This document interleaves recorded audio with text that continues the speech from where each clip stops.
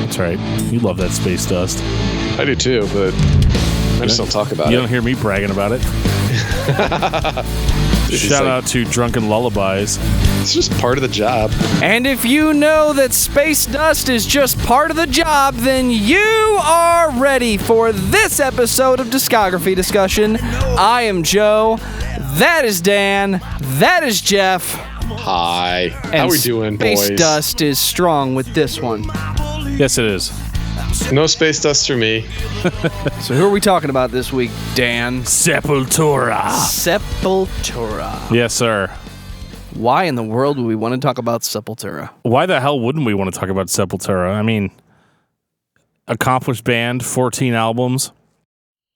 Two very distinctive eras. Two very different bands, essentially. Or three, depending on if you count the demos. Well, you know, we don't really talk about the demos on Discography Discussion, but tonight we're going to. We're going to break the mold. Yeah, because it's Sepultura and it's Max, and he's a beast. I love everything Max has to put out. Yes, we do. Yes. Geoff is all about putting out. Whether it's called Sepultura or it's called Soulfly or it's called the Cavalier Conspiracy, I really don't care. It's Max and it's great. So are we actually talking about Max Cavalera tonight, or are we talking about Sepultura? I'm not going to lie, dude. I wish we were only talking about Max Cavalera tonight. Max, we're totally down to do the interview. Max, we're totally down. You talk to Toomey, you could talk to us. So Geoff's like, oh shit, I got to download that episode and listen to it later. He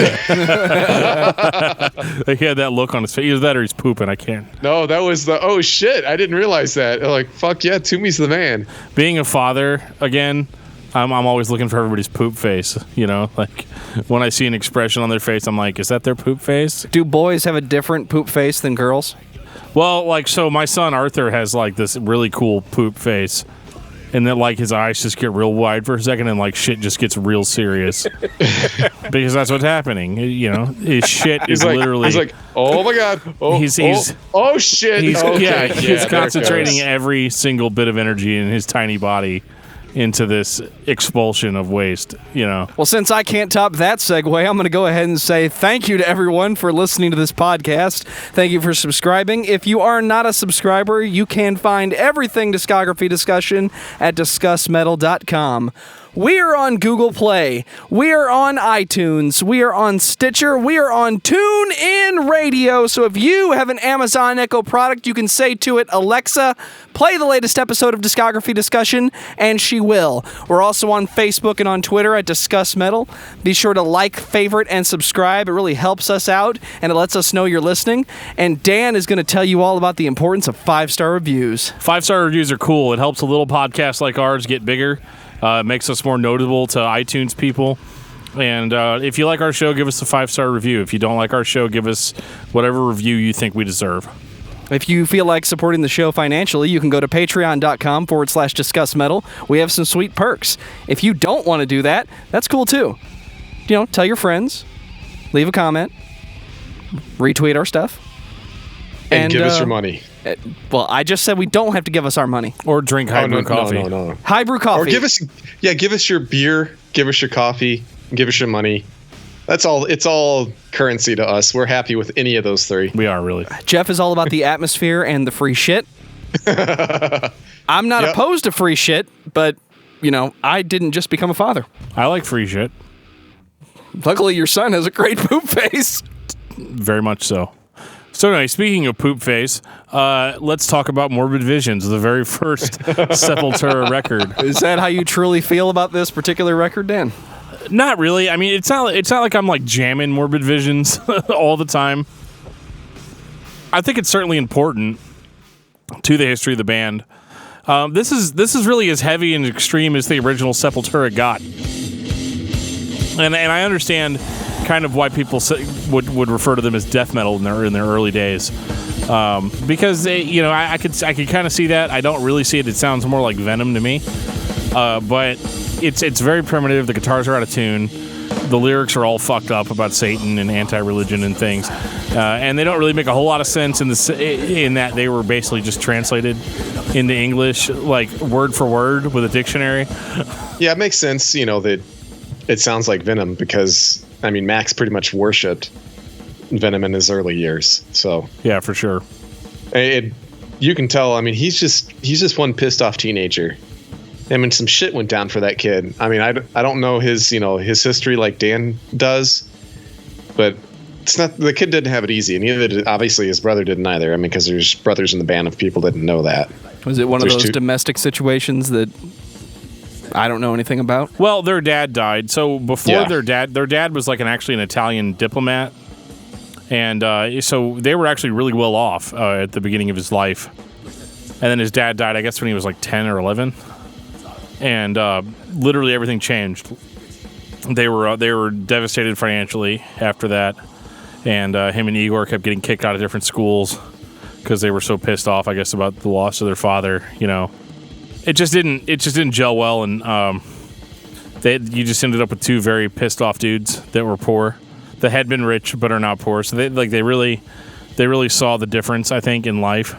Instead of having kind of a carefree childhood, suddenly everything turned more into like a struggle to survive. Yeah, that's really rough, especially at that age. I mean, my kids are around that same age. They're 11 and 13. And if something happened to my wife or I mean, they're so impressionistic right now, because they're just, hormones are starting to go wild and crazy. I'd be pissed off too. I mean, if something like that happened, that's just completely turning the world upside down on a kid like that that's really, it sucks. It's terrible that, they lost their father on top of that. I mean, unfortunately that personal loss is kind of a reoccurring theme for Max.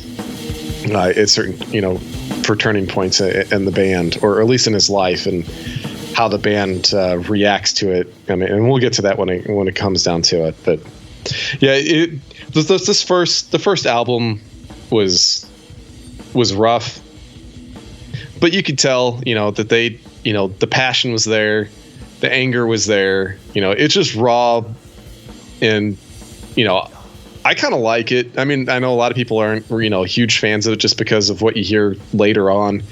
Everything's out of tune. It sounds like shit. But man, there's I can connect with that anger that they got when they were recording the stuff. I dig it, man. I really do. I've definitely heard worse first records. I mean, if tuning is all that you're complaining about, and I don't mean you personally, but if that's the only complaint people have, I've heard first records that were not nearly as aggressive, angry, and thrashy, because it's the 80s, and I really wish I could have found my cassette that I have of this record, but I couldn't. Luckily for me, you look it up on Google Play and streaming, it basically sounds the same, because there's not really a lot you can do with Morbid Visions. Yeah, I've got the CD re-release that actually has Bestial Devastation on it, which was their first demo. Yeah, it's the same one I have. Strangely enough, it actually sounds better than Morbid Visions, and it was recorded before, which was really strange to me. It's like more pissed off sounding, and the music actually sounds like just like a hair more technical. It's hard to explain, and it could just be because I can hear it better. Like maybe it was recorded better. But what was funny about that record is that like they literally didn't know English, so like for that and Morbid Visions, they literally just like translated with a dictionary all of their lyrics into English. And then they sang them in English, which I think is why the vocals really, they don't sound super great in the sense that, like, he's singing basically these words for the first time. I feel like the songs had been written and practiced in such a way that that was a little bit different. Maybe it had a better flow to it. But on that record, his vocal delivery was a little rough, obviously with the guitars being out of tune. And it's funny, too, because in Max's book, he actually says that whenever they first recorded this, they sat down with the guy that was recording them, and they kicked their distortion pedals on and started playing. And he was like, "Whoa, wait! You guys can't sound like that. That sounds horrible. That sounds like shit." And they had to like show him like Venom records and stuff and explain that like, no, like bands sound like this. This is what we actually want to sound like. Now, is this the producer from Morbid Vision? No, I believe this was a different person that recorded the Bestial Devastation. And actually, okay, I think so we're talking about the guy who did Bestial Devastation then. Right. Okay. So Bestial Devastation guy actually I think did a better job recording them. Yeah, I agree. That sounds better as a demo, which is really weird. And it probably didn't back then. You know what I mean? Like I imagine Bestial Devastation. I think it was like a split record with another band that was like kind of like an Iron Maiden-ish kind of band. And what was interesting about that was that they were, they were like far heavier than that band and far more extreme. But like that band was like the other band was like really, really popular in their town at the time, and they're the ones that brought all the crowds and got all the girls and everything like that. And so like, you know, whenever people bought that record, then they've got the Bestial Devastation stuff, you know, basically on the other side of the record. They're like, I can just imagine what people's reactions to that would have been. Just like, holy shit, like these guys are possessed by fucking Satan, you know, like, and you read the lyrics and the lyrics would lead you to believe that yes, they were, you know. And no, Bestial Devastation I actually really love as an introductory demo, and I'll just skip through all the Morbid Visions shit and go right to that because to me it's just it kind of sets the band up better for what we would hear on Schizophrenia than what we got on Morbid Visions. So who has the worst vocal delivery, Sepultura or Kekel? That'd be Kekel, Joe. Yeah. I'm not sure how the two relate, but sure. Non-native English speaker, singing in English. In a country that wasn't necessarily cool with what they were playing. Sure, I get that. Right. Yeah, I listen to a lot of Swiss metal. I mean, it's not like you think of Switzerland being a place to get good metal from. So yeah, I know what it's. I mean, I'm a fan of, you know, people bucking the trend. But no, one of the things that I was thinking was, you know, part of the reason that Bestial Devastation is better than Morbid Visions is just because of the lack of material that they had. You know, they were teenagers whenever this stuff came out. You got 6 songs. You're really good at playing those 6 songs. Yeah. Right. Because, you know, it's not like you've been grinding for a long time and you've had all this material that you've had time to work on while you're on the road or in the van going from hole in the wall bar to hole in the wall bar, and you got all that extra time on your hands. I mean, these guys got started young, and you can only you only have time for so much. Sure. So I think that's part of the reason why too. I mean, I think their best shit was on Bestial Devastation. Then Morbid Visions was, they're like, oh shit, we got to record stuff for real. This is a full length album. We got to get going. With the exception of one song. Do you know what song? You're gonna tell me. What song is that, Dan? Troops of Doom. Yep. That is a Sepultura song that doesn't even fucking belong on Morbid Visions. Like, it is so much better than the rest of the material on that record. And even better, I think, than the Bestial Devastation stuff. And it would give us a preview of what we would end up getting on Schizophrenia. 1987, Schizophrenia. Standout track for me is Inquisition Symphony. The instrumental? Yes. Really? Yes. Okay. I have a soft spot for it. Okay, it is a soft spot on the record. Ooh. So, Schizophrenia, this is like Sepultura's first real record, right? I mean, this is actually melodic in places like we're hearing now with Inquisition Symphony. And what's weird about this record is that, so it's not weird, but so they had a totally different guitar player on this. And my God, does it show. This was Andreas Kisser, and this dude was a badass of a lead guitar player. Blew the other dude completely out of the water. You're big into Inquisition Symphony. That's not my thing. I probably think To the Wall is probably my favorite, and of course, I mean, from the Past Comes the Storms. I mean, that's probably the most popular song on this album.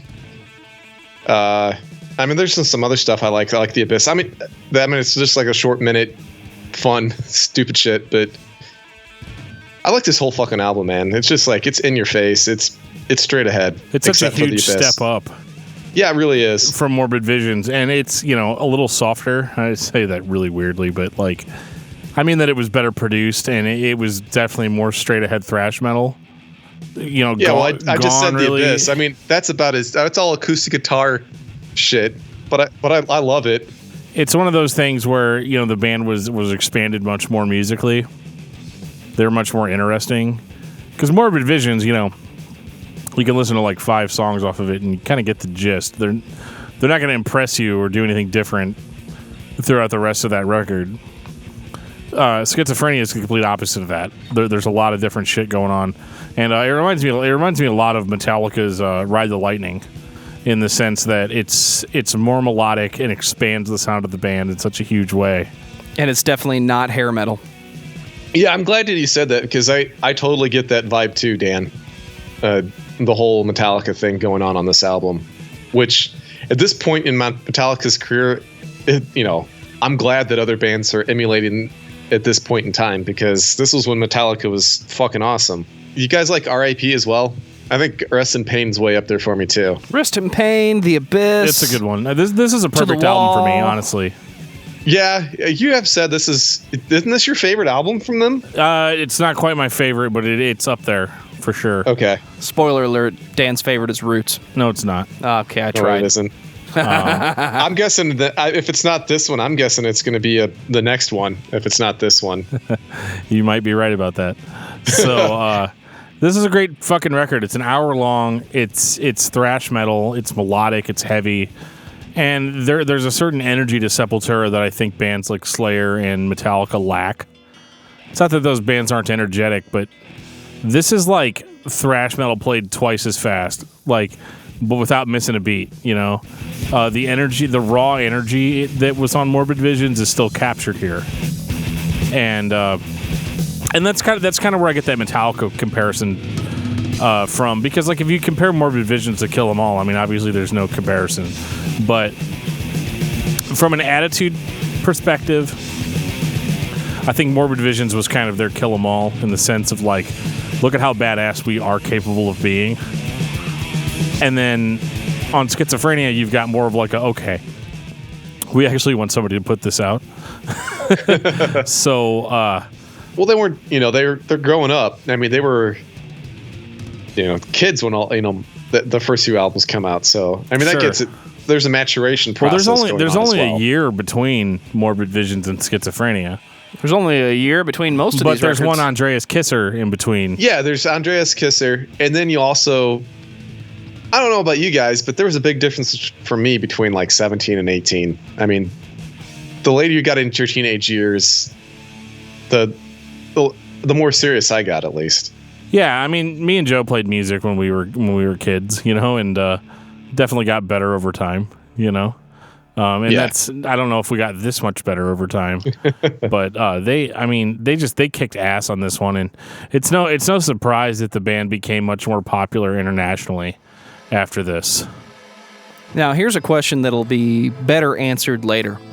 Why is Sepultura always excluded from the great thrash metal band list? Obviously, people consider the big four to be Anthrax, Metallica, Megadeth, and Slayer. Because they're fucking stupid, that's why. I think the answer, besides that one, Geoff, is that Sepultura became a different band later. And I would argue if that's the case, Metallica so did didn't, Metallica. And so didn't. Yeah. I mean, the only band I can think of that didn't change in a major way out of the big four is Slayer. Except for that one time, but we don't talk about that. Except for that one time, but fuck that. That was one album. Whereas, Slayer now sounds pretty much like Slayer back in the late 80s, But so I think with Sepultura, I mean, obviously I would have no problem swapping out Anthrax for Sepultura in a heartbeat. As far as the big four, you are not a fan of Anthrax. That is true. I'm not a huge fan, no, and we'll have a Pantera level discussion on that at some point as well. But I would have no problem at all swapping Anthrax for Sepultura, just because of how good their thrash output was. But I would say probably the reason why they were not included in the big four is, I mean, if you look at Morbid Visions is not a great thrash record. Schizophrenia is a great thrash record. Beneath the Remains is a good thrash record, and Arise is a good thrash record, and that's it. They moved significantly away from that on Chaos AD. So I would say if you look at the band's output from here to there, I think Sepultura was almost just too modern for to be included in the classic list of thrash bands. And part of it too just boils down to the fact that they were an international band. And I think some people just didn't connect with them on a way that they would connect with an American band. because people are dumb fucks, and that's well, you just hit the exact reason on why I don't think they're part of the big four. As I was going to ask, where are they from? Brazil. I mean, that's the, in my opinion, that's the only reason why. Sure, did they move in a completely different direction? Yes, but progressively, so did the other bands too. So outside of Slayer, of course. Right. I mean, after Injustice for All, Metallica wasn't playing thrash metal anymore. No, they weren't. So, I mean, and they're considered part of it. So if you're going to put Metallica in that conversation, you got to put Sepultura in it just for the same reasons. It should be the big five. I'm totally with Dan. I'm not an Anthrax guy at all. They're just not my cup of tea. I don't know. You release a song called "I'm the Man," dude, bro. Dude, you're not. Yeah, but anyway. So 1989, Beneath the Remains. Oh my God, Beneath the Remains. All right, we got to make this one quick, otherwise Dan's going to be talking about this album for the next 2 hours. Holy shit, Beneath the Remains. Have you ever been fucked by riffs, Geoff? Because that's what this album sounds like. You're being fucked by riffs. I thought that was Chaos AD. And you love it. It's kind of like being attacked by somebody in the street, and like you're not into it at first, but then like at whenever you get home and really think about it, you kind of enjoy what they did to you. Hey! We promised him we wouldn't talk about Josh this episode. Okay, sorry. Anyway, so yeah, Beneath the Remains is like it makes Schizophrenia sound like shit in comparison, and I said that was a perfect album. So like this was. I mean, like, fuck Slayer. Like, after listening to this, I mean, this album, when we were talking on the Pantera episode about, Geoff described, when he listens to Dimebag play, that it sounds like, he feels like he's invincible. He feels like he's like a total monster. That's what Beneath the Remains is for me. This is my go-to energetic, in-your-face thrash album. When I think about thrash metal and I think about thrash aggressiveness and how heavy thrash metal can actually be, I go right to Beneath the Remains. Yeah, I'm not going to disagree with you. I mean, it's probably a number 2 for me. It's a shit for you? No, yeah, no. Okay. It's the shit. It is the shit, dude. Yeah, it's so good. I mean, there's a couple of songs on here that, like you said, like you put it on and just you're ready to go to war. Like Inner Self and Mass Hypnosis, man, those two just. Oh yeah, I know, man. They fucking get me going. Lobotomy, Hungry, the title track Beneath the Remains, which starts off the fucking record. Oh my God, it's like that melodic intro that just blasts into just pure thrash. Yeah. It touches me on a sexual level, I think, and I love that record, dude. Like Beneath the Remains for me is the reason that Sepultura should be in the big four. The only reason Anthrax is in there, I've decided, is because they're all buddies.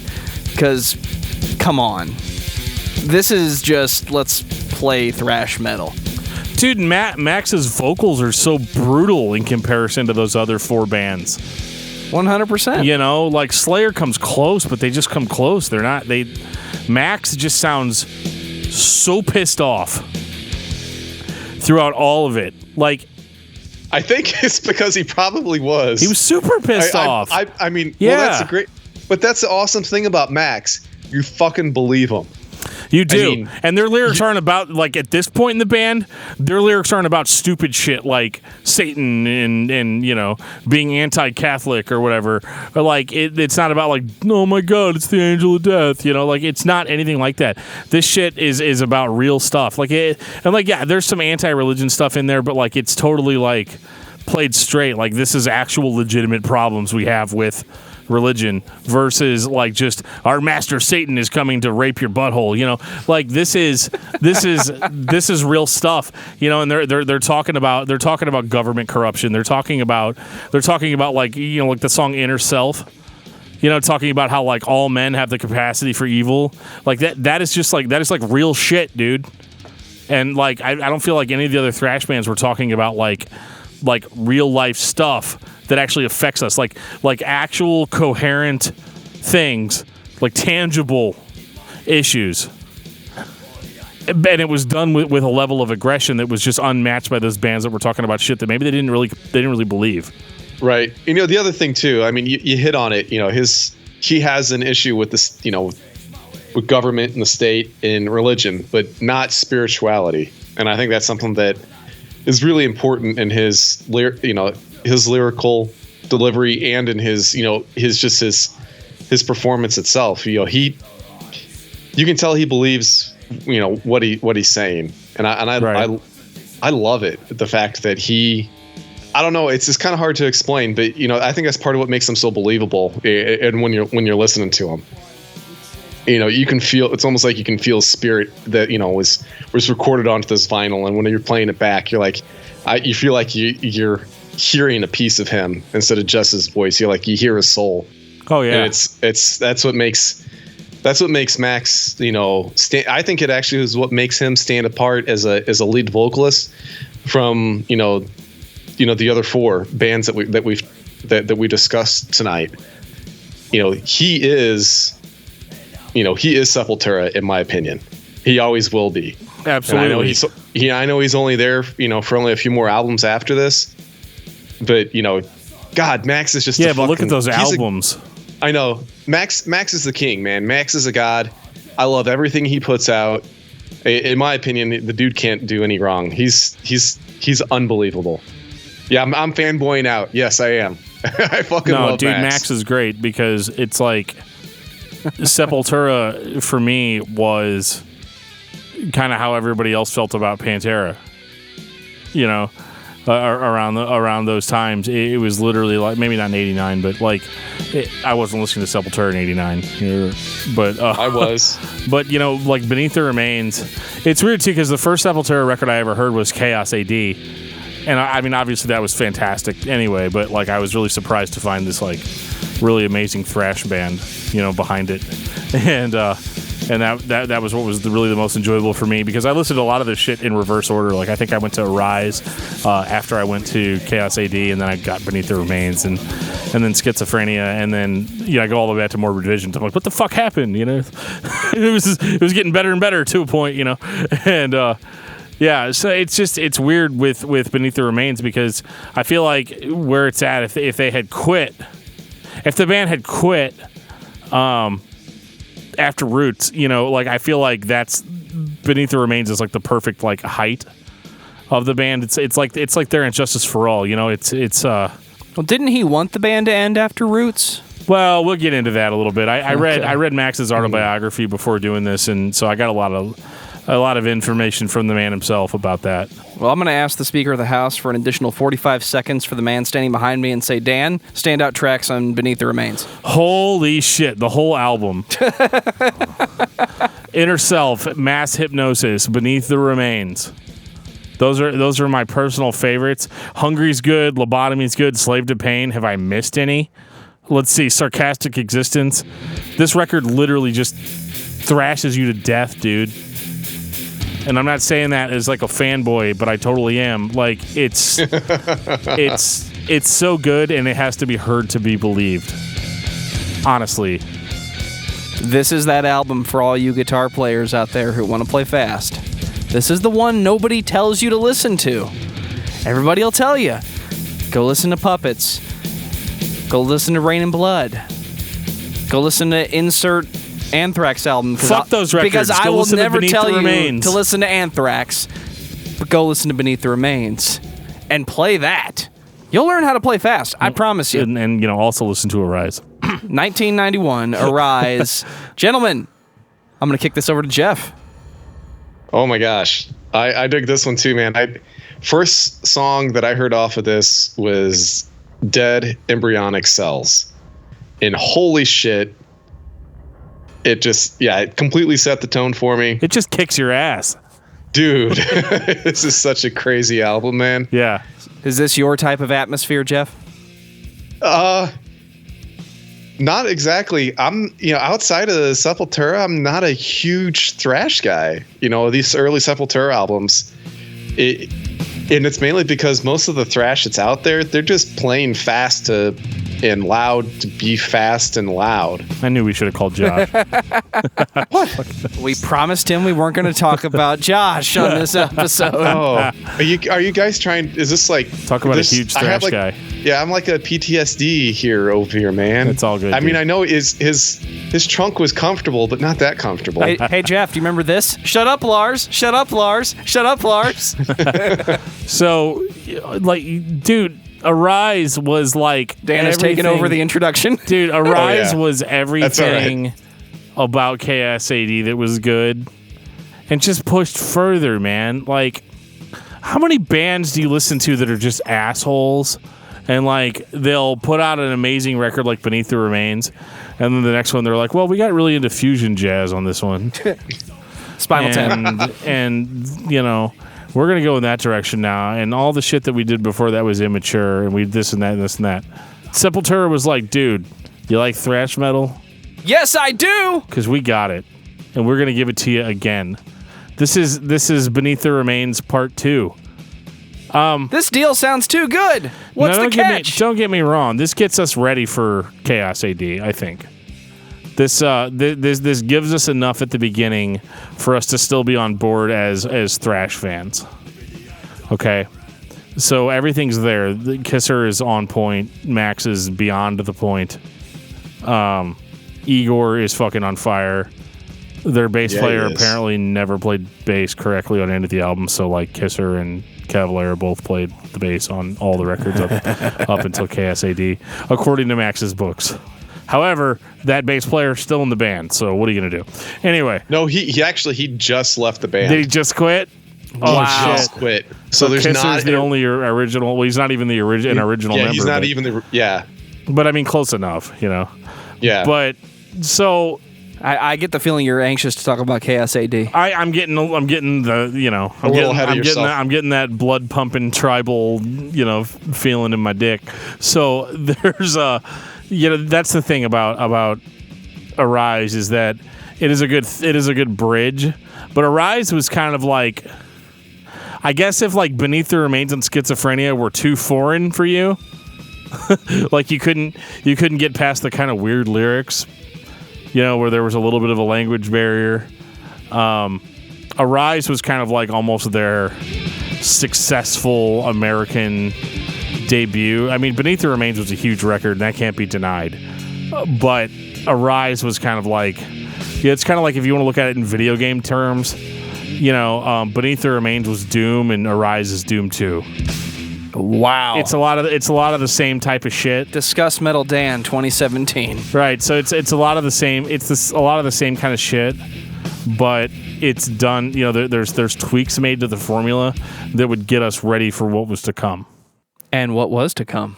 Oh, we can't talk about that yet. We got we still got at least another 2.5 hours on Arise. Okay. All right, Dan. Dead Embryonic Cells, dude. Yeah, that is mine. That's my favorite fucking song on this. So good. Did you catch that cover? That cover of Motorhead's Orgasmatron? I was gonna mention that is that's a pretty good fucking cover, man. Oh yeah, dude. It's funny too because in his book he talks about how him and Lemmy apparently did not get along very well at first. Really? So, according to Max, he went to a bar one time, and Lemmy was there, and everybody's like, holy shit, Lemmy's there. And Lemmy's sitting there playing, like, some video poker game. And Max walks up to him, and he's like, I'm Max Cavalera. I'm in a band called Sepultura from Brazil. And Lemmy just, like, looked at him and just took a glass of whiskey and just threw it all over his head. But Max wasn't mad. He was like, oh my God, I just got metal baptized by Lemmy from Motorhead. And, but then, like, I guess they ended up doing a tour with Motorhead, like, a couple of years later. And Max was, like, completely out of control. Like, they were doing some kind of photo shoot, and Max was, like, drunk off his ass and was, like, acting really goofy and shit. And, like, Lemmy was getting all pissed off at him. And then at one point, like, the last day of the tour, Max and, like, the whole band, like, ran out naked on stage with, like, socks over their dicks. And, like, they, like, poured a bunch of shit all over, like, Lemmy's pedals and stuff, and like it was like this really big annoying thing. No, it was the Red Hot Chili Peppers, I swear. Right.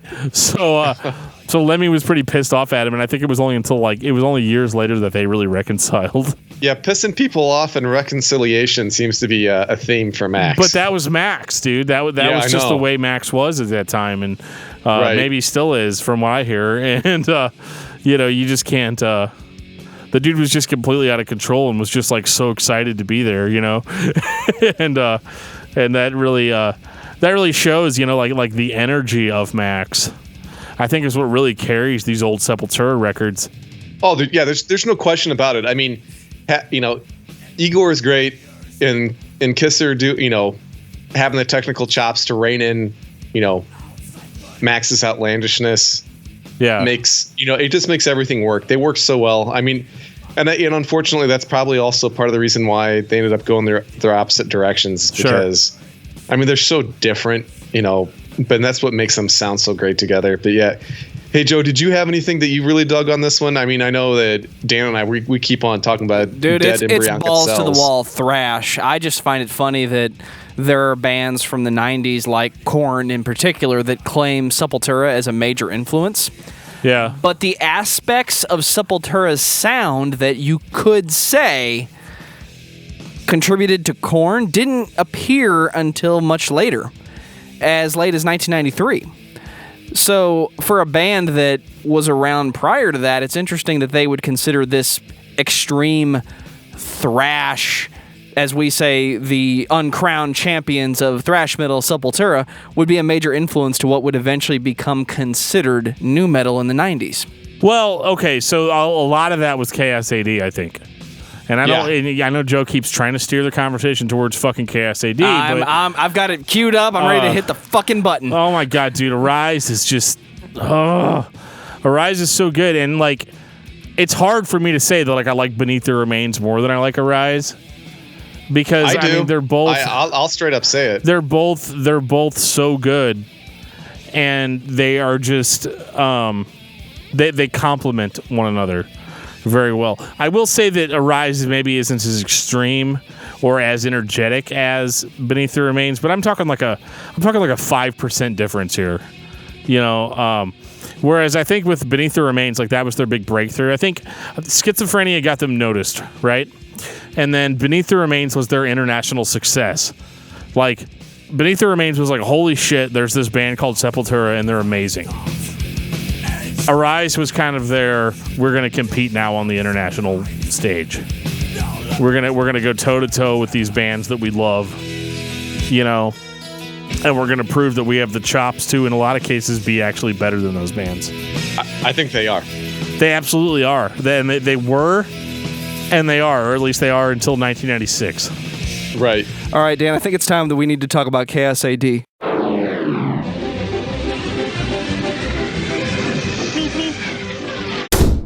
Holy shit. How did you do that? Oh, because Chaos AD. Oh my god, Refuse Resist. Fucking album ever! Oh my gosh. Jeff is in-house now. Jeff just ran 15 miles in 3 seconds. I guess he found out about KSAT. I guess he Dude. did. I gotta turn this up a little bit. Dude, you fucking play Refuse Resist, man, I'm fucking there. Igor is the fucking god on this album. It's always been about Max before. I mean, Kisser's always there because he's super fucking technical. Dude. It's not still about Max? No. To me, this succeeds in simplicity. Yeah, this is, like, Refuse Resist is actually, in my opinion, is more about Igor than it is about Max. The intro just, like, gets me fucking hard, man. This is as good as it gets when it comes to thrash. Seriously, this is, like the anthem, in my opinion, for anybody who loves thrash. I mean, off mic, Joe mentioned something about Battery. That's probably number 2 for me, truthfully. I fucking love Battery. Is this thrash? This is the thrash album. Yeah, ish. Ish. It's thrashy. Dude. So what would you call it, Dan? I think it's more groovy, honestly. Well, this is kind of where the groove metal thing started. It's kind of more of a groove metal record to me. I mean, there's thrash elements, but... So this is closer to your buddy's Pantera, then. Is that what you're saying? No, this is 100 times better than Pantera. Oh, shit. This is Max Cavalera we're talking about here. And you better walk on home, boy. Oh, shit. Well, that's the shit, man, is the fact that it's not just Max anymore. I think Chaos AD is whenever Igor comes to the forefront. He's a fucking god on this album, and it like permeates and roots as well. But Refuse Resist. This is a transition album for Sepultura.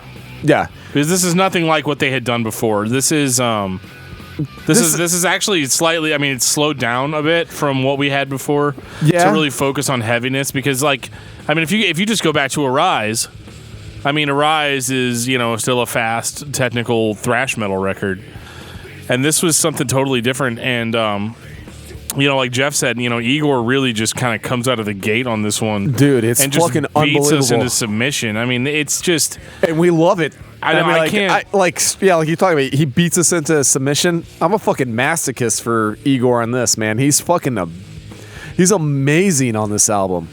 Like Refuse Resist, I'm not kidding, is in top 5 all-time favorite songs.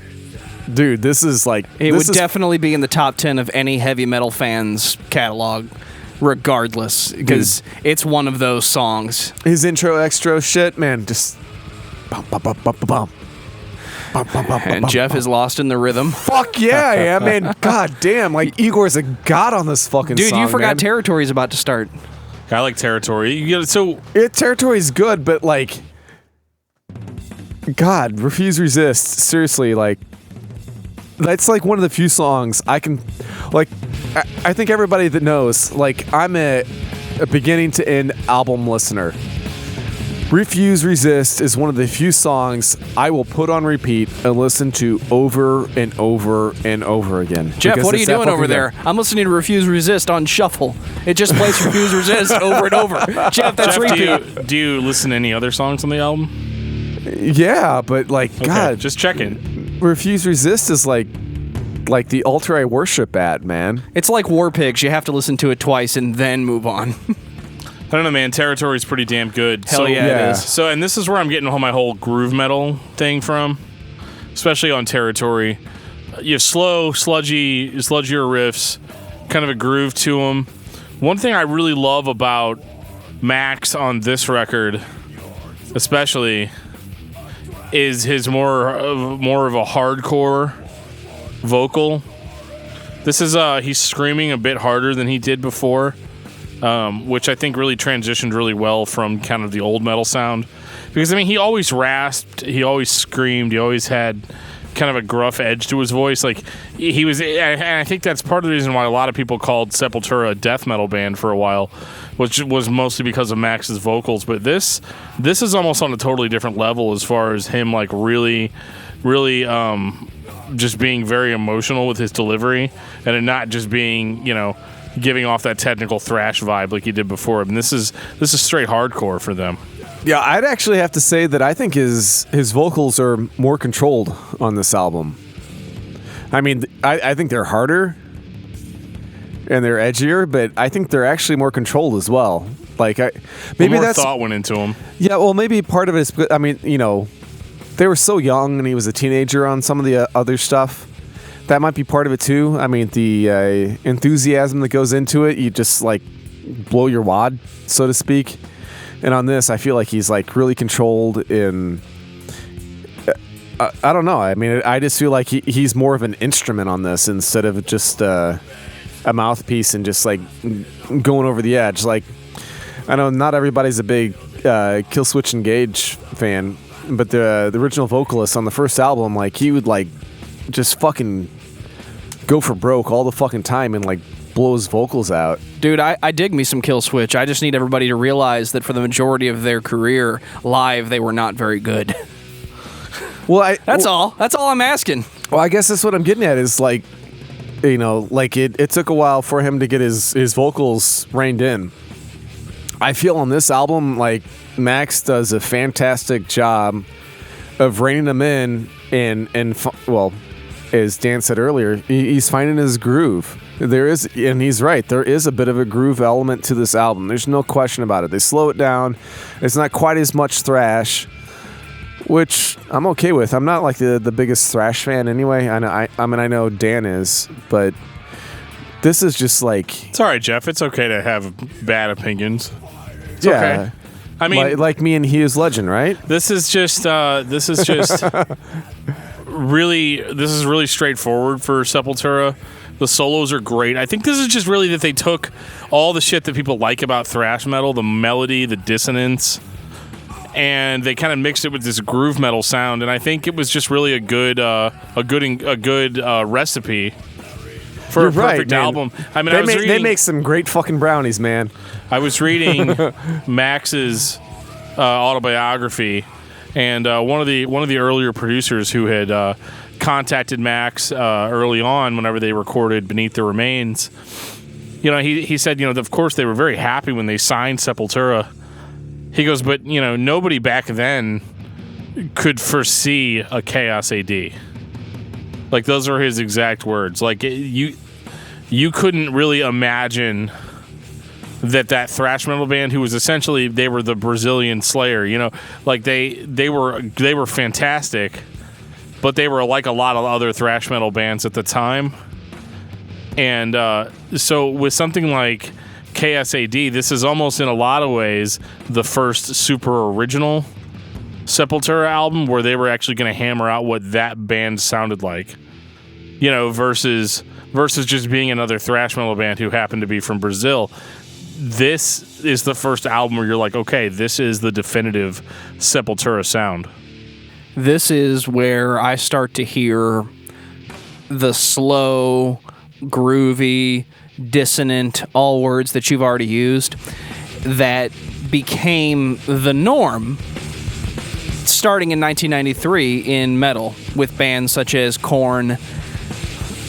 I don't want to say Limp Bizkit, but I have to. They get a bad rap. In the beginning, they were good. Unfortunately, I did. This is kind of where I see the new metal bands getting their ideas from. I was critical before of Korn saying, well, we were a major influence from Sepultura. And I'm thinking, guys, Sepultura wasn't doing what you do until a couple years after you started doing it. So I don't see that comparison. Well, sort of. I mean, if you're going off of roots, sure. But, I mean, Chaos AD, I could see paving the way a little bit for new metal, at least some of the better parts of it. This is the first time where I start to notice that Max is writing the majority of the riffs. For those that don't pay attention, and they should be, Max is famous for only playing a 4-string guitar, and you can tell that all the riffage is in the low end on this one. Yeah, for sure. That's where it's crunchy.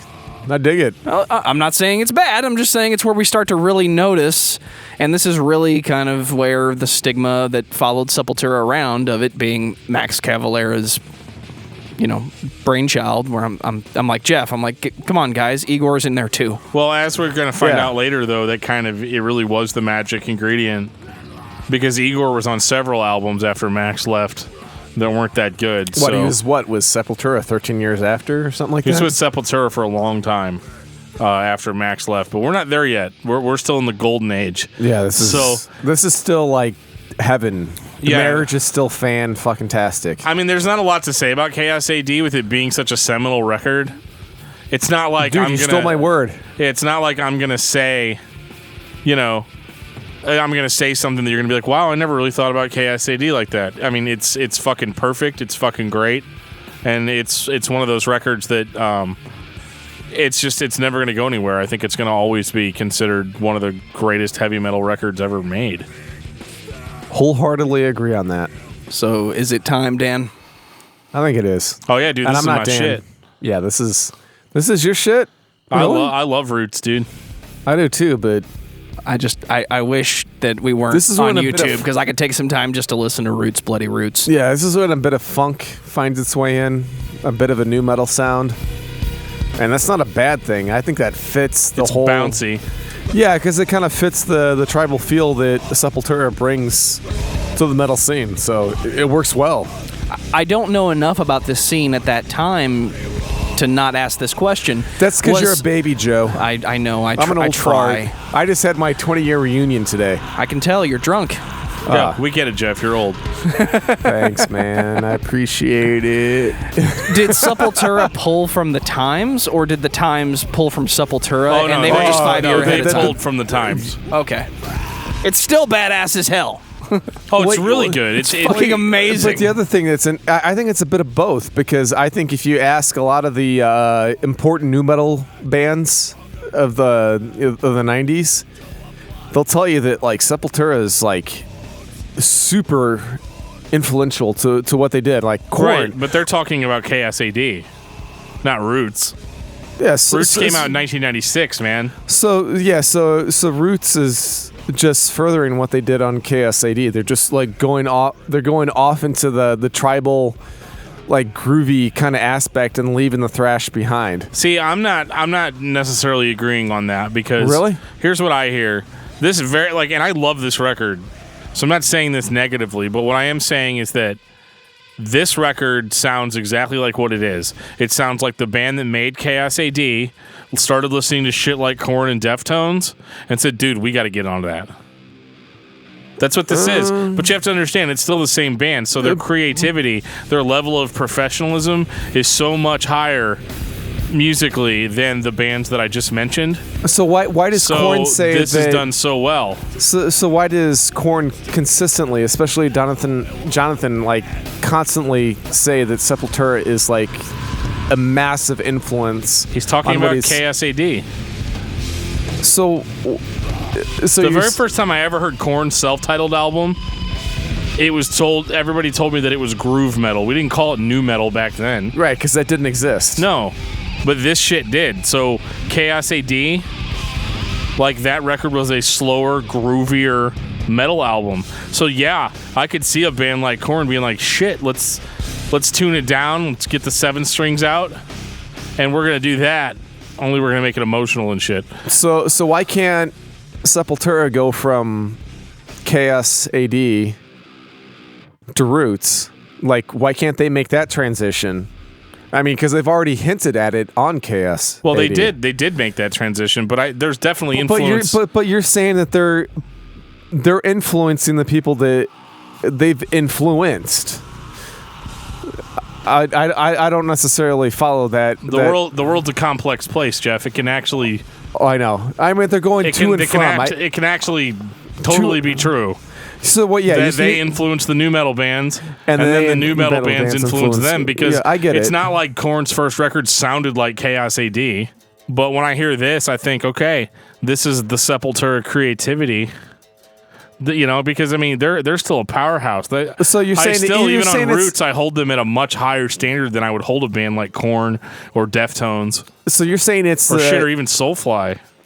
So you're saying it's the Sepultura creativity within the nu metal scene is what you're trying to say? Absolutely. This is Sepultura's version of nu metal.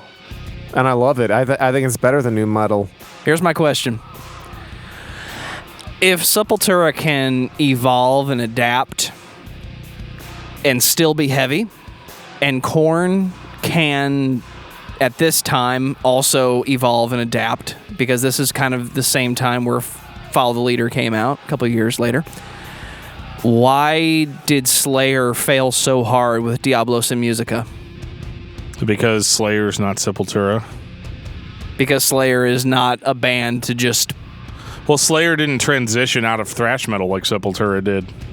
They just tried to tune it down and be slow. Slayer was just Slayer, stock Slayer, all the way up until that record. And then it was like very jarring. You know what I mean? It's not like Roots is that big of a jump from KSAD. It's a little bit slower. It's a little bit groovier. It's the pinnacle in most people's eyes of the music that Max Cavalera wanted to make. And, it's hard for me to give credit to a lead singer for influencing the music that much. But he was a principal songwriter. He was a principal songwriter, and we all heard Soulfly. And unfortunately, we're not going to be able to touch on Soulfly tonight. But I know Dan's going to try it anyway. Conspiracy. We will. Oh, come on, guys. We're going to have to take a detour. Yeah. Seriously, Cavalier Conspiracy is one of my favorites right now. So why are we doing Sepultura instead of Max Cavalera's discography discussion? One thing because it's a Sepultura discography discussion. We will get there. One thing about Roots that I really enjoy is all the tribal elements. I agreed. Because they'd hinted at this a little bit on KSAD, but it was really fully realized here. really, I mean, just hearing a lot of the tribal beats, the chants. I mean, at one point they're actually out in the middle of the jungle, actually, recording with natives. It's just really, it's very culturally significant for metal because there really, That's very good phrasing. Yeah, there really aren't a lot of culturally significant metal bands. I think a lot of bands that sound like this try really hard to sound like American bands. And Absolutely. Sepultura was very Brazil on this. And I mean, they kept their heritage here in a way that other bands really, I just don't think do. I think a lot of bands from other countries just try to sound like whatever's popular in America, and Because that's what sells records. I mean, right. But I get mean, it. it's not like Roots didn't sell. It was obvious that a lot of these preconceived notions we have about record sales and how the industry works. Because I wouldn't have bet money that this would have been successful in America, and it was huge. Yeah, there's something to be said. Like you hit the counterculture movement, and you give the finger to the establishment, and you just do what you fucking want to do.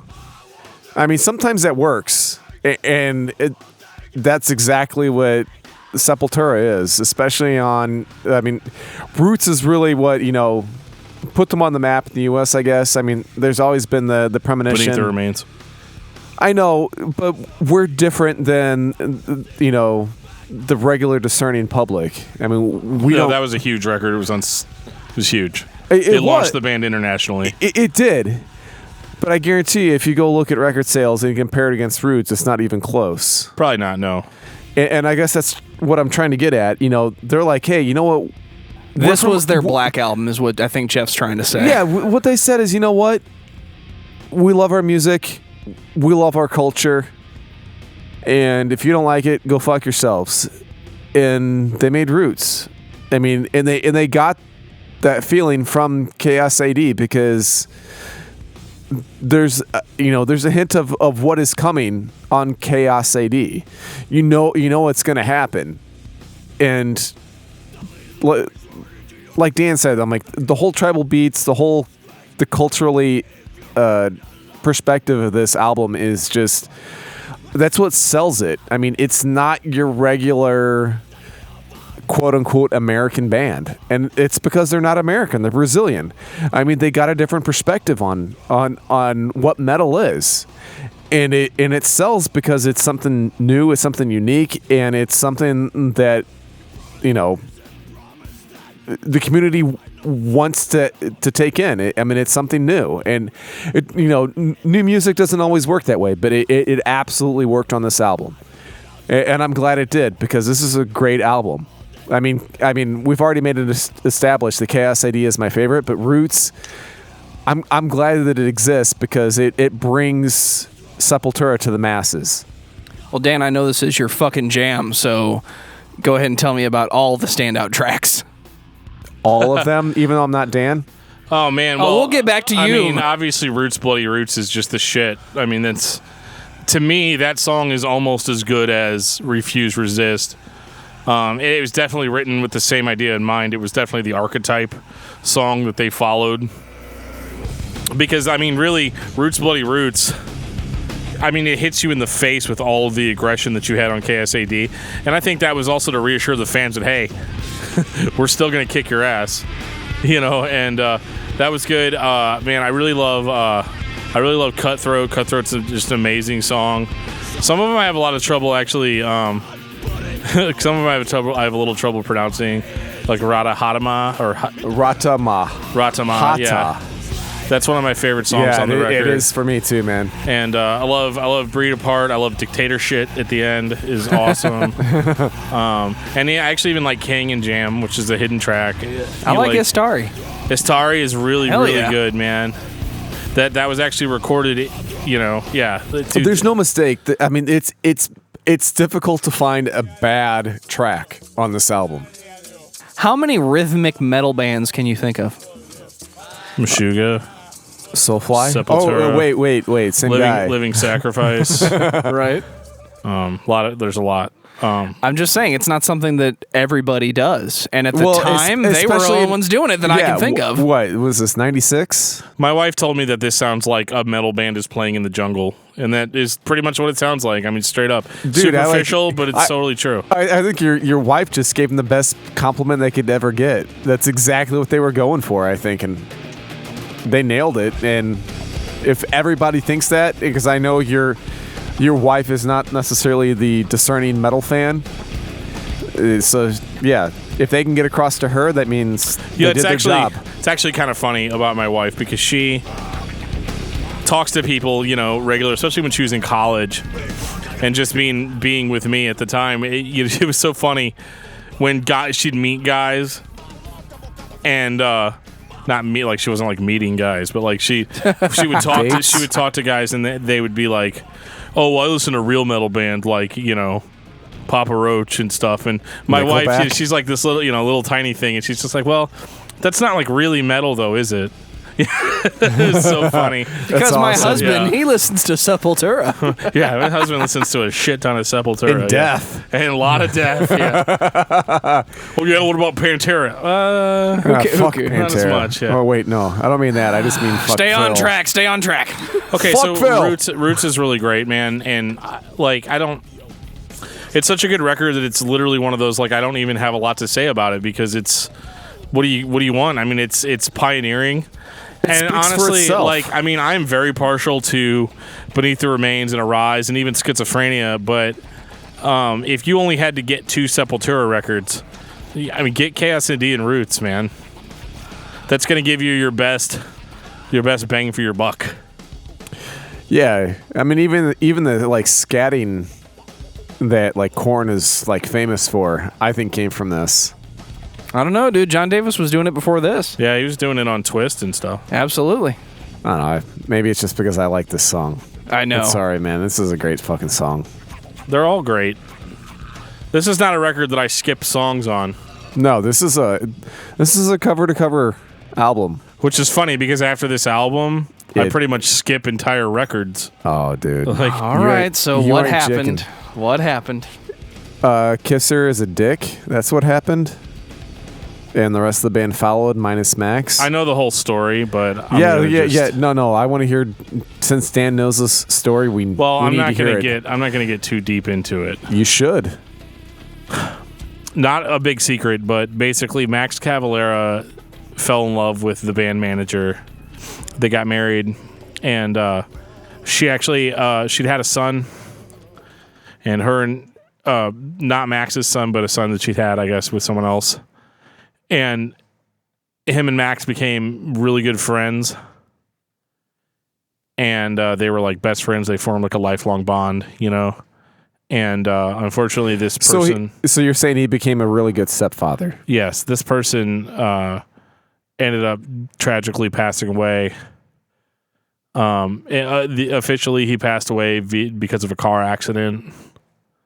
But Max and Gloria, his wife, both feel like maybe there was something more sinister at work, and that he was killed.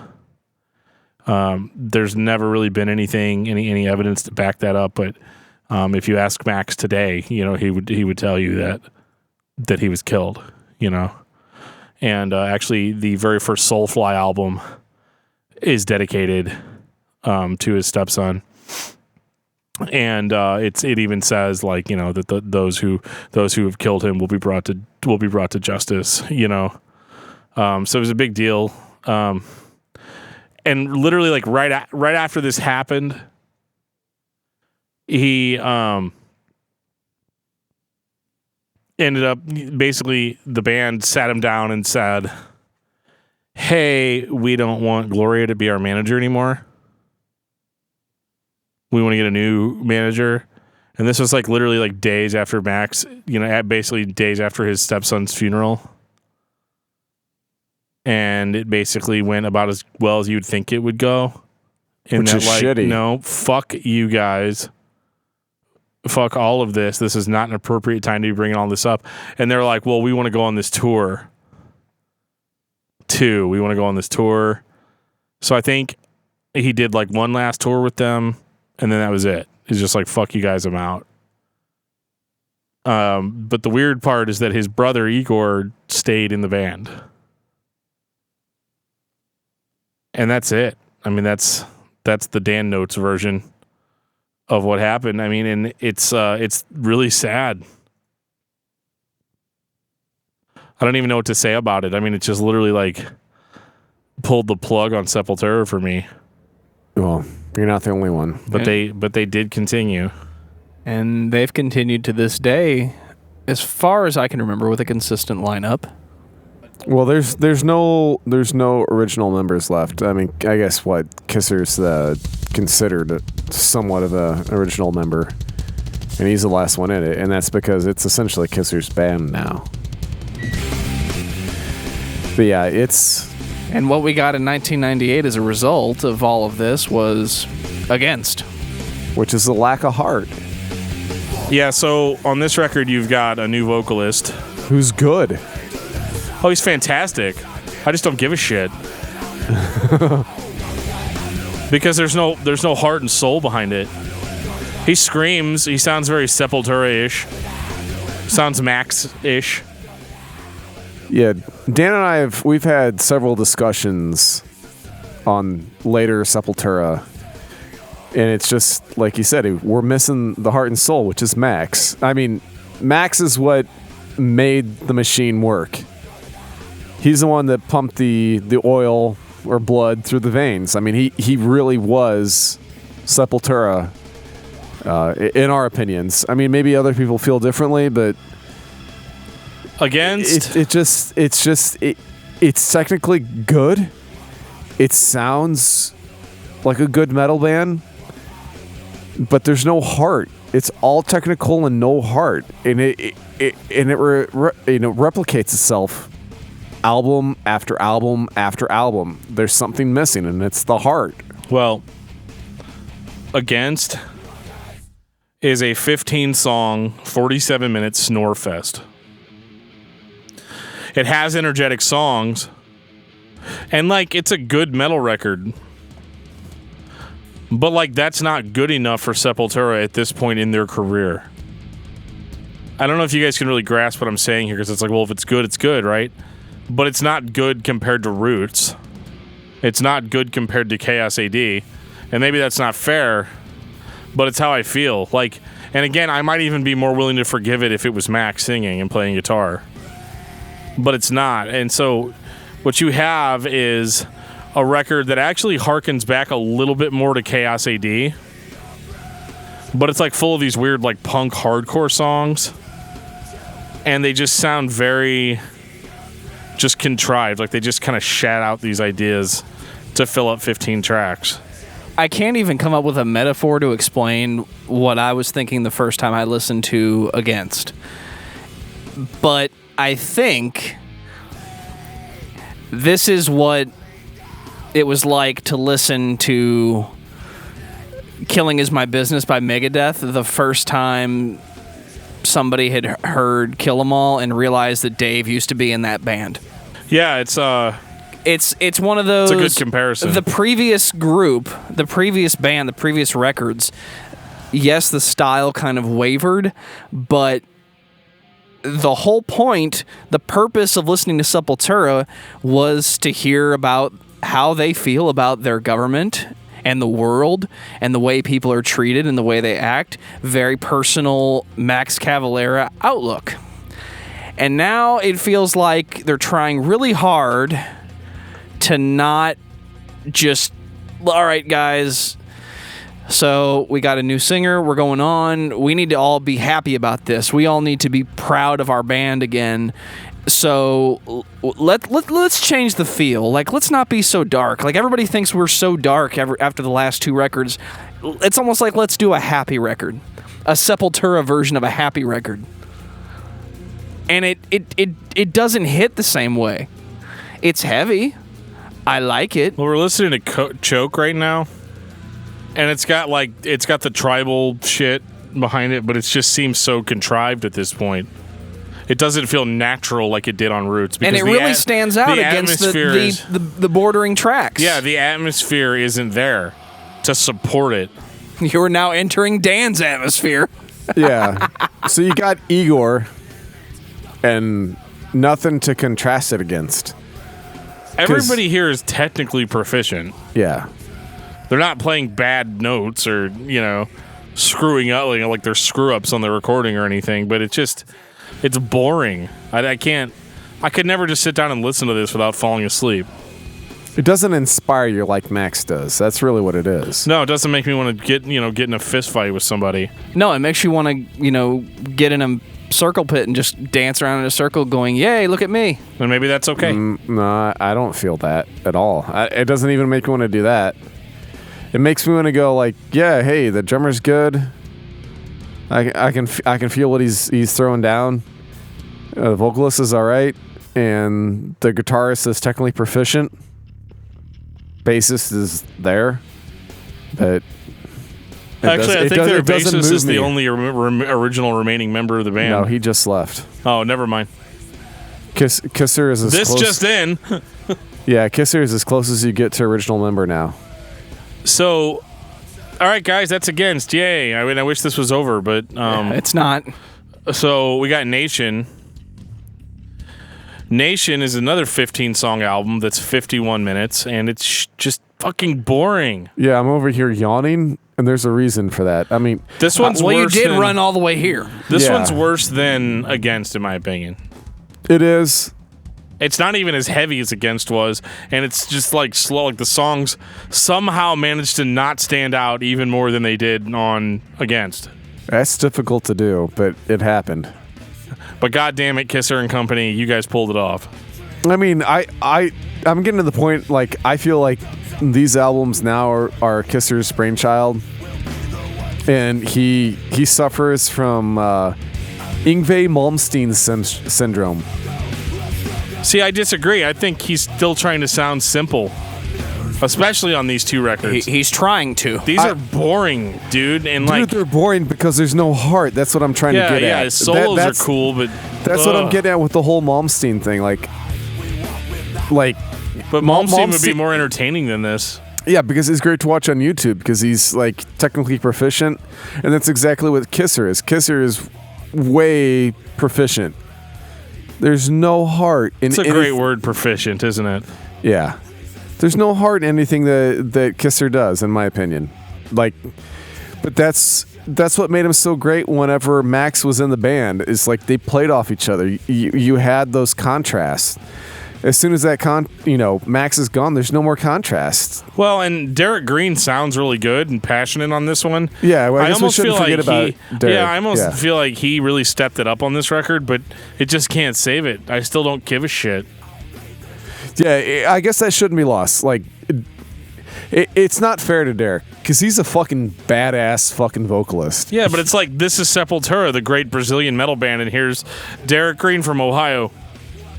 Yeah. If you'd asked me to review all of the Def Leppard records that came out in the past 15 years, my response to you would be, One arm? every single one of them sounds like Def Leppard. Sorry, I This couldn't help sounds myself. like Sepultura without Max Cavalera. I wish I could say I remember any of it. That sentence doesn't even make any sense to me, though. You know, I realize it doesn't make sense to you, but that's all I got. and it's actually I will say this, it's not fair to the band after Max leaves. It's so hard, and it's really not fair to be compared to Max, because, like, my God, he's like the embodiment of badassness when it comes to metal. And when he leaves a band, I mean, that's a huge void to fill. And having a Kisser and Derrick to try to fill that gap, I mean, It never mattered how good Derrick was. It might have been more fuel for the fire had he been really shitty, yeah. but he's not. Yeah.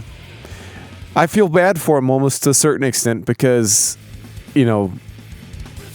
it's not like he's bad. It's just that Max is Max. I mean, he's like on another level. You feel what Max is throwing down, and it's not Derrick's fault. Derrick's a great vocalist, but you just can't. They just don't compare. Is this one of those times where they really should have just changed the band name? Oh, yeah. Absolutely. And then giving Sepultura back to Max Cavalera. Yeah, instead of Soulfly and Cavalier Conspiracy. I agree. Well, and I think it was Max told, I think it was Toomey that he told that he could have just taken the name Sepultura back at any point, but just didn't feel like it was right. So that's why he didn't do it. But that's interesting, that he could have literally just been like, no, the Soulfly album, that's the next Sepultura album. Fuck all you guys.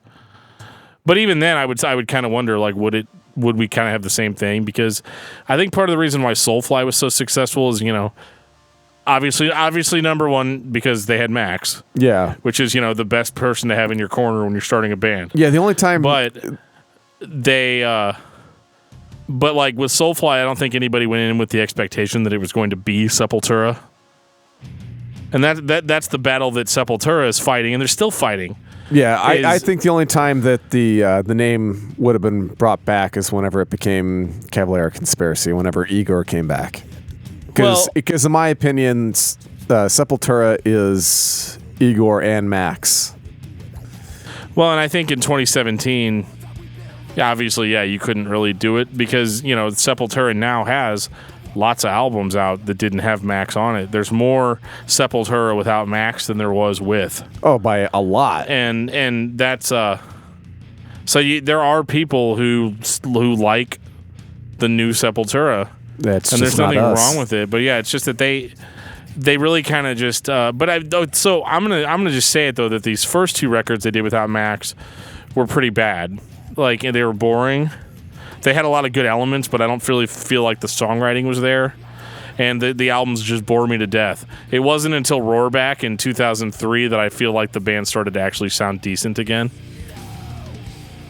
You think that's when Kisser's finally starting to get his writing chops instead of Max doing all the heavy lifting? Maybe. I mean, like, because Come Back Alive, dude, it really kicks out of the gate. And honestly, the first time I heard this, I was like, you know what? This might be okay. You know what I mean? I might be like, fuck yeah, Sepultura, Roarback. You know what I mean? Like, I thought that for about at least 5 to 10 minutes. So the first track is what you're saying. The first track was great. And you're right. It's a good first song.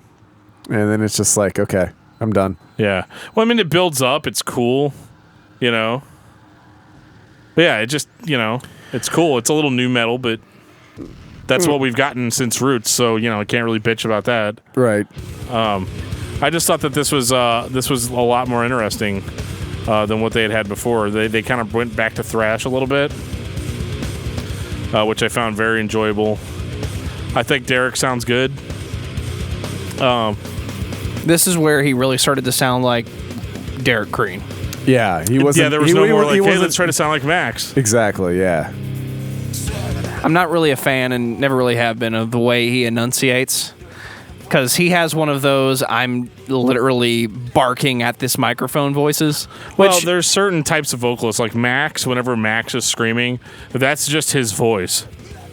But like Derrick is a screamer like I'm a screamer in that he's doing a voice. He's doing an impression, There's pluses and negatives to both of those. Yeah, like Max, you could figure like if he's yelling at his kids, it's the same fucking voice. I guess actually the only thing that I didn't like about Roarback, even though it's a really great album, Roarback sounded a little bit too much like Pantera for me, and so I didn't enjoy that one as much. I don't know, dude. There's a song on here called More of the Same. An interesting concept there, guys. Yeah. But no, for some reason, Derrick sounds a lot like Phil Anselmo on this record. Still sounds good, but, I just, it was a little too Pantera-ish for me, so I just didn't care for it. Yeah, that's because you don't like Phil, but I get it. I think Come Back Alive is actually a decent song. I mean, it's heavy. I told you, dude, track 1. Yeah. You still got to get the Kisser, like, Look at Me solo, but... That's like every song he's on for like the next 6 albums. Well, that's the thing. I know, and that's what turns me off.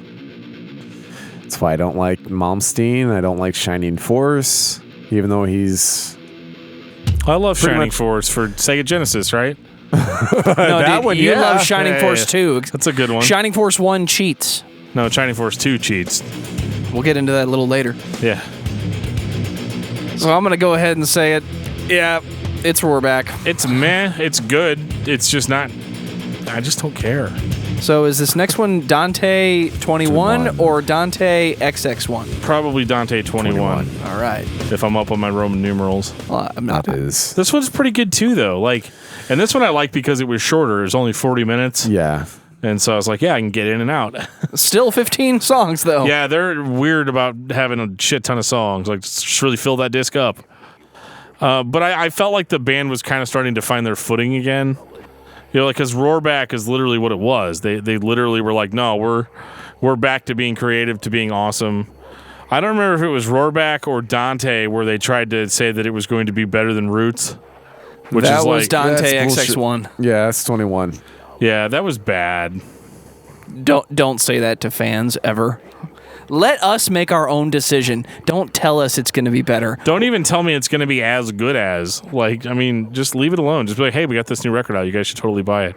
No, fuck you. Don't go buy the new Soulfly album. Put it down. Put it down.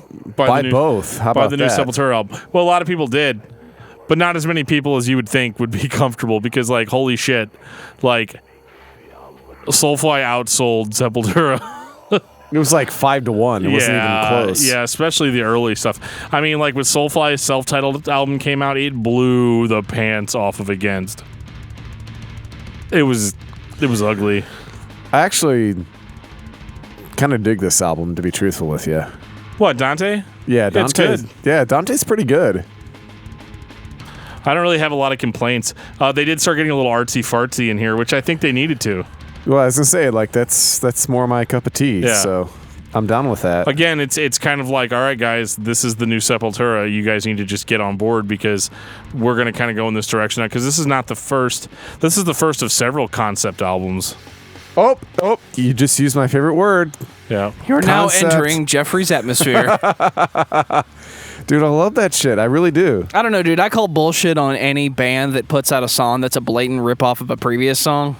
Because Darkwood of Error, it's just Refuse Resist played faster. And yes, I'm a guitar guy. I know how to play notes and make them sound heavy.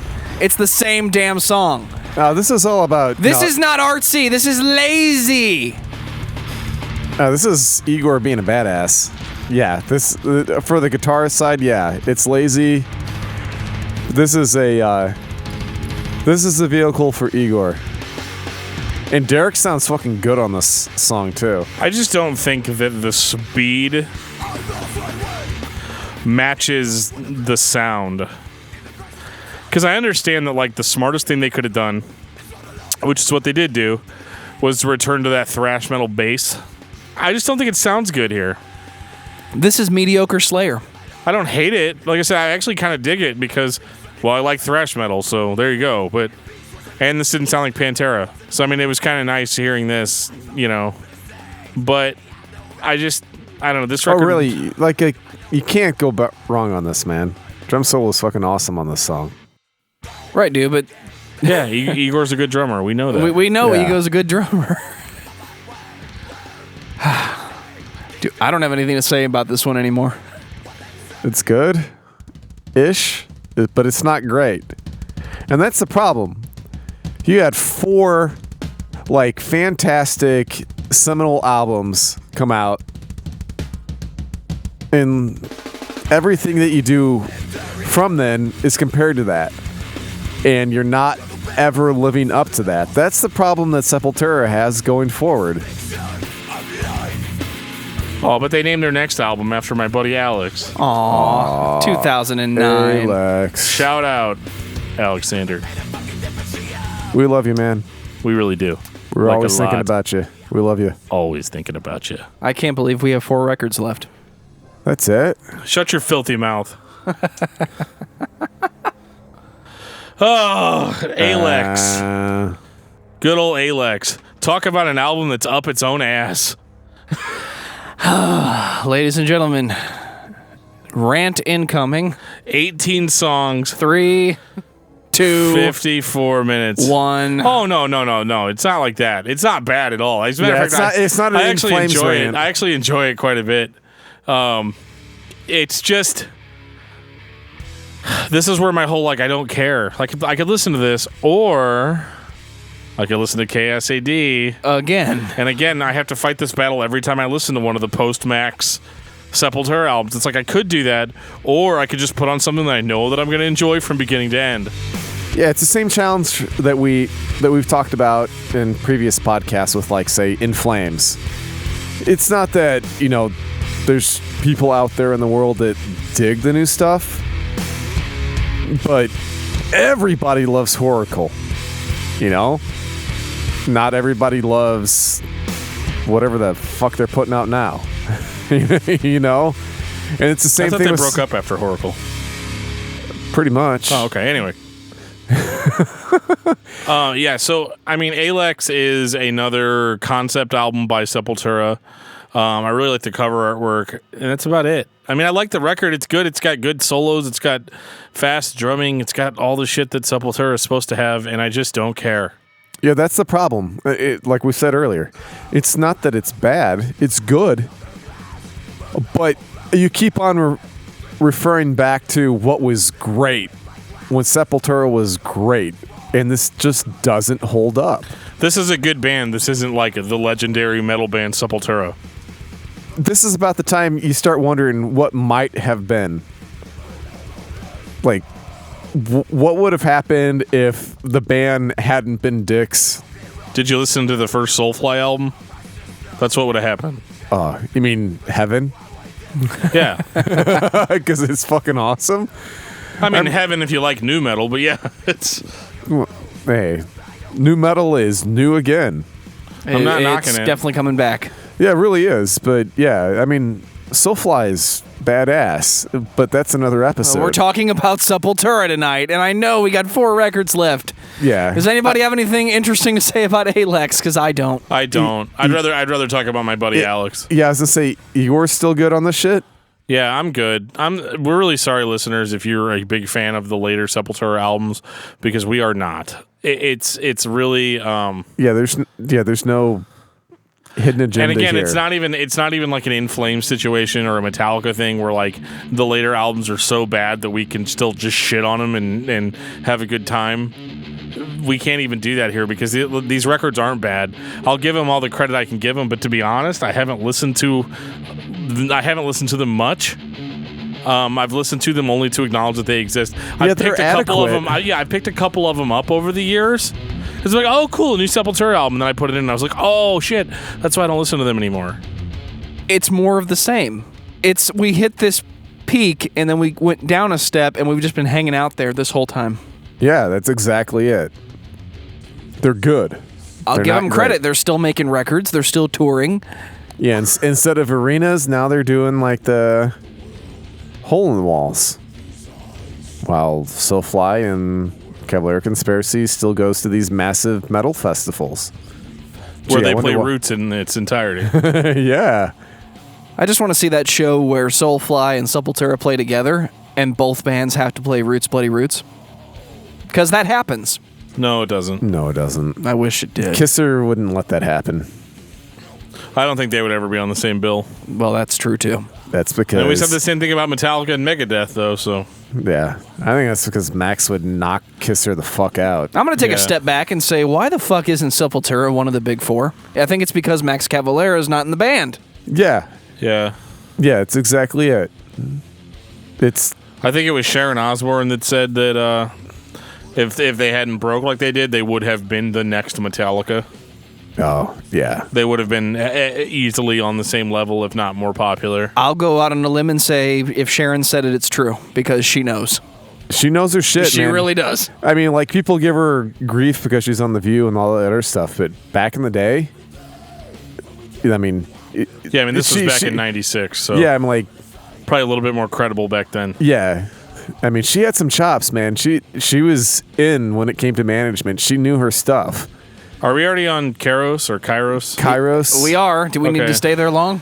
Not really. It sounds a lot like Alex. It's all right. It's decent. It's not but bad. Like 17 songs, and that's the problem I have with a lot of these is like I feel like if they were like 30 minutes each, like I could kind of get behind them. But they're all fucking so long, like so many tracks, and a lot of them are just like bullshit, like noodly bullshit. But That's Kisser for you. That's the problem, man. I think that he is the problem in the quote-unquote modern Sepulturas because, like you said, he noodles, and it's just a vehicle to show how proficient he is. Well, let's talk about the mediator between head and hands must be the heart, because... Talk about we kept the working title. It's an atrocious mouthful for a name of a record. I would have called it Head and Hands and called it a day. Yeah, so, I mean, it's a post-Max Sepultura album. Yay! Yeah, it's there. It's decent. Derrick Green sounds good, and Kisser plays the guitar real good. Igor's is not on this one, right? I believe this is Igor-less, yes. Yeah. It definitely sounds that way. I mean, listen to it. This person clearly And has again, more is energy. that like the only speed that Derrick Green screams at? That's because that's I'm the only really speed. fucking tired of it, man. That's because that's the only speed Kisser tells him to go at. He's a really good singer, but holy shit, dude! Like, come on, like. He's making a paycheck, man. Well, yeah, maybe it's increasingly shrinking paycheck. I would assume. This is almost a little metalcore. Yeah, it is. Yeah. I think that's what they were going for. It just kind of didn't work. There's an album that comes after this, and it's actually not even really an album, but it's like this little soap opera soundtrack, dude, and it's fucking badass. Like I was telling Dan about this a few weeks ago. I'm like, holy shit, this is actually really good stuff. It's for some soundtrack to some miniseries. It's like miniserie Dupla Identidade or something like that. We'll go with that, sure. Dude, it's really, really good. I didn't listen to that. I did. And in my opinion, it is the best post-Max Sepultura. And nobody knows what the fuck it is. And I love the shit out of it. It's fucking great. And I'm like one of like 3 people outside of Brazil that love it. And it's what Sepultura should be. It's the best stuff that Kisser's done. And I don't know if it's because he had a confinement he had to work in, and he didn't get to do all the noodling shit because he was doing it for a miniseries for some TV show in Brazil. But it worked great. I really, really liked it, but no, it's not readily available. So good luck in finding it if you can find it. It's on streaming services. Oh, it is? Oh. Yeah. I thought it was special. You are special. You own it. Sorry, bro. Somebody else has to borrow it. Oh, okay. Okay, so this album's over, right? Yeah, and then Okay. It's Elder Gods next. Is that it? Machine Messiah. No, Elder Gods is a collection of cover songs. So, I mean, it's still good. Well, it's Exodus and Sepultura. Okay. They play a really cool version of Zombie Ritual by Death. Yeah, it's really good. Oh, wait. So, I'm liking it because it's not original Kisser material. Huh, imagine that. Well, yeah, I mean, it's fucking Chuck Schuldiner, and as we all know, fuck yeah, man, we love Chuck. We all know the drinking of the ball sweat of Chuck Schuldiner that I partake in. So it's not just you, man. So this is showing exactly how you feel about later Sepultura. You'd rather hear them play other people's songs. Oh hell yeah, we would. any day. Yeah, this is good stuff. This whole album's good. I mean, I like cover records when they're done well because it's done well actually. It's covers done are really fun well. to listen to when they're done well. Yeah, I think actually this it would have been way cooler to hear Max sing Zombie Ritual. But that's oh my just me. god, yeah, but this is still good. This is really, really good for a cover album. I think it's really good. I mean, we've got some Impending Doom on here. Yeah, man. We got No One Will Stand. Yeah, don't go too far into it. You might get some Exodus stuff. I know, but Exodus is is we're going to talk about them soon. Yeah, we are. Yeah, they got to be on an upcoming episode because they're really good. They're good. I mean, they're no Testament, but they're good. Hey, we only tease Testament to get Dan in the fucking studio. Oh, that was our mistake because now there's going to be Testament. I wear my Testament shirt every time we record this. Yeah, he's hoping one of these days. So if I showed up dressed for it, guys, come on. Yeah, if one of those listeners out there, you want Testament, you need to come and let us know, and we still got to do Intronaut. Maybe we'll do it for real. Yeah, Intronaut has got to be around the corner. That's a great band. All right, well, Fat Guy's back starting to hurt, so let's move this shit on. Yeah, Machine Messiah. It's and it's another I wanted to like this record too. Dude, I I did listened too. to this one probably the most because it was the newest. Because in the age of bands that really weren't that good for a long time, and then like in the past couple of years, like bands that weren't that good kind of come back around this time. So I thought that was going to be the same with Sepultura, but unfortunately it was not. It's because Max and Igor are bye-bye. And actually, the bassist isn't even on This it. is another one that's really up its own ass. And more so I detected than even on previous records. It's another concept album about how machines, control our lives and all that good shit. I like concept albums, but most bands that do a good concept album can't pull it off a second time. This one hasn't pulled it off once. Unless it's Dream Theater. Well, it's like they did really well Don't with get me started. Dante. I said that. It's like they did really good with Dante, and then they just thought, well, from now on, this is what the people want. Well, we'll be getting back to Dream Theater after the people- Dream Theater part two. disaster. The people want Max, is what the people want. Yeah, I wish we could detour, Dan, and just talk about Soulfly for the rest of the evening, but we can't. No, seriously. all right. Let's wrap this baby up and put it to bed. Well, I will say this. I love Derrick's clean vocals. I wish he'd do more of them. I like that baritone. I think it's fucking awesome. It sounds like shitty doom metal to me. No, it is not. It is not. This is really good. I like his vocals are really good on this. Cool, dude. Yeah, I apparently I'm in the minority on this, but his clean vocals, I'm sorry, are fantastic. If he wasn't called Sepultura, I'd be inclined to agree. Why the hell is there 100%. clean singing on a Sepultura album? Why the hell is there clean singing on a Sepultura record? But you know what, though? There's tons of songs that they did after Max where they just went a million miles an hour and screamed the whole time, and I didn't like those either. So It's the know, name. I wish. All right, if Derrick could get away from the whole Max stigma, his baritone vocals are really, really, really good, and it just gets lost in the shuffle because it's like, oh, it's not Max, and oh, this is shitty wannabe doom metal. This is crappy Sepultura, dude. He's got a really good voice, but maybe that's just me. I don't know. I love baritones, so I just didn't appreciate it on the extremely slow opening track. I actually dig But this you know song what? a If lot. this album had, it's weird though. If this whole album had sounded like this, I'd probably been like, "This was pretty good." Yeah, So that's the problem. Is the rest of it doesn't sound like because it sounds different. You're right, and maybe that's why I got excited when the first time I heard this. Machine Messiah is a great song in my opinion, and maybe it's because it's not like the same in-your-face Derrick post-Max Sepultura that we're so used to. I wish he would do more of it because he's got a really good voice. He doesn't have to scream all the time. He doesn't have to try to sound like Max. He doesn't have to be. Well, he tried that already. Yeah, Maybe if I didn't have 20 years of mediocre behind this, that's true. I'd be inclined to be like, all right, yeah, it's not the same, but it's okay. Now I'm really sitting here asking myself, why didn't you guys just change the fucking name? I'm surprised that they got this far. To be honest with you, God, I'm tired of going to bat. You guys Geoff has run out of his ability to go to bat for anything. Yeah, you guys win, I lose. I get it. it's not an argument. I mean, It is an argument. It really is. In my opinion, you like the first track, Geoff. That's okay. We all do it. yeah, But the rest of the album is just the same shit. it's masturbatory kisser shit. It is. Well, final thoughts on Dibs Sepultura. on the band name, Masturbatory Kisser. Copyright 2017, discussmetal.com. All yeah. rights reserved. Should be the name of our cover band. For my final thoughts on Sepultura, I mean, it is the Caballeros. I mean, and obviously, Max more than Igor, but the two of them together make it work. And that's why the stuff they've done post Sepultura is really good.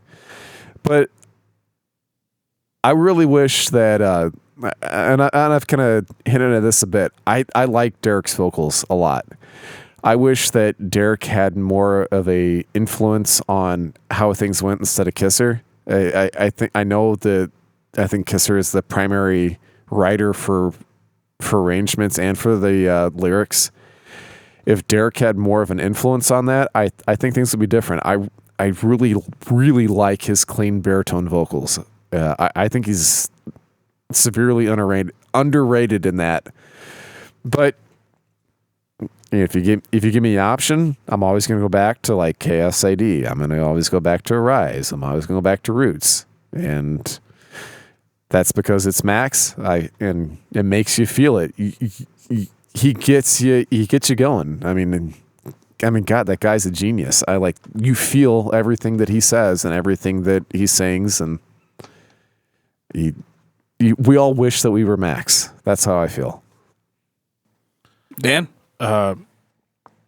Really, Morbid Visions through the end of Roots is Sepultura for me. And again, I apologize that we shit on the other albums so much, but it just, for me, it's not the same band. It's hard for me to let that go. It's really hard for me to separate the two from each other. So I guess in my mind, it's just I would just stick with those first albums. That's all I got. Unfortunately, I agree with Dan. It's really hard Never a good place to be in. I know. It's really hard to get into a band that not only is so fucking good, but gets so much better as they go. To have your feet fucking ripped out from underneath you and it just become a mediocre version of what it was. And it goes on and on and on and on and on and doesn't get any better. If you listen to Machine Messiah, if you heard it with clean ears and you didn't know it was Sepultura, you'd be inclined to really enjoy it for what it is. But when you put the name Sepultura on it, it becomes mediocre. It becomes a farce of doom metal. And then you have to ask yourself too many questions. Why is Sepultura playing doom metal? Why is there singing on a Sepultura record? And then you end up, while you're trying to talk yourself into listening to it, you end up going back to Roots and Chaos AD, because that's where the majority of people live, and that's where everything that made Sepultura amazing, that's where it is. And in my opinion, it followed Max Cavalera everywhere he went. Soulfly, Cavalera Conspiracy, it permeates. So if you're a fan of Max Cavalera, those are your records. But it's really hard to be a fan of just Sepultura after Roots. Well said. Dan, we got some shout-outs this week. Do we? Yes, we do. I don't want to call them that, so can I have a better phrase? I don't know. Call-outs, shout-outs. We have some comments. Speak-outs. Can I just do comments? I suppose so. I don't... Some love? We definitely have some love. Yeah. Well, I can feel the love from one particular individual. We do. We'd like to shout out Dave Cassidy, who decided that he wanted to take the jump to becoming a patron, and is dedicating money to us every month for doing our thing, which I thought was really cool. So you'll be hearing his name every single month, henceforth. For a while, yeah. As long as he's given that money. Thank you, Dave Cassidy. We are the love man. Dave. We got a comment on Podbean. Yeah, we got a comment from Zach Barr saying that this show makes my boring days outside painting and sweating my ass off so much better, and I enjoy hearing about different types of bands. It's a fantastic show, and I am waiting on an episode maybe one day about Arch Enemy. You guys rule. Nice. Keep it up. Well, thank you very much, Zach. Yeah, Zach, we will get to Arch Enemy, and there's no question. It's coming, dude. Yeah, they're worthy.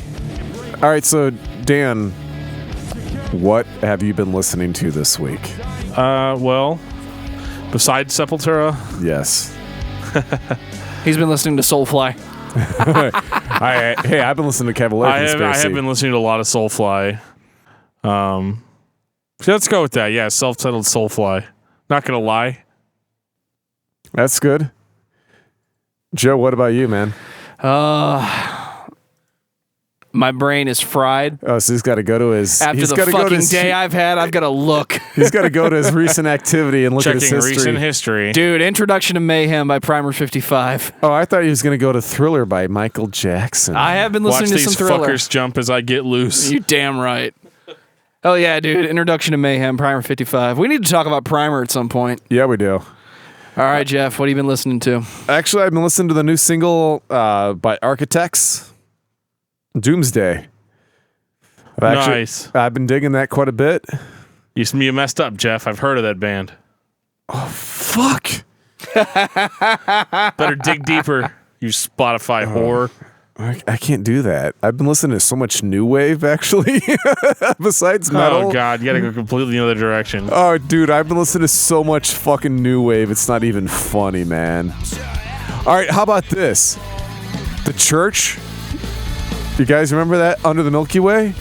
No. You don't get 2 picks, Geoff.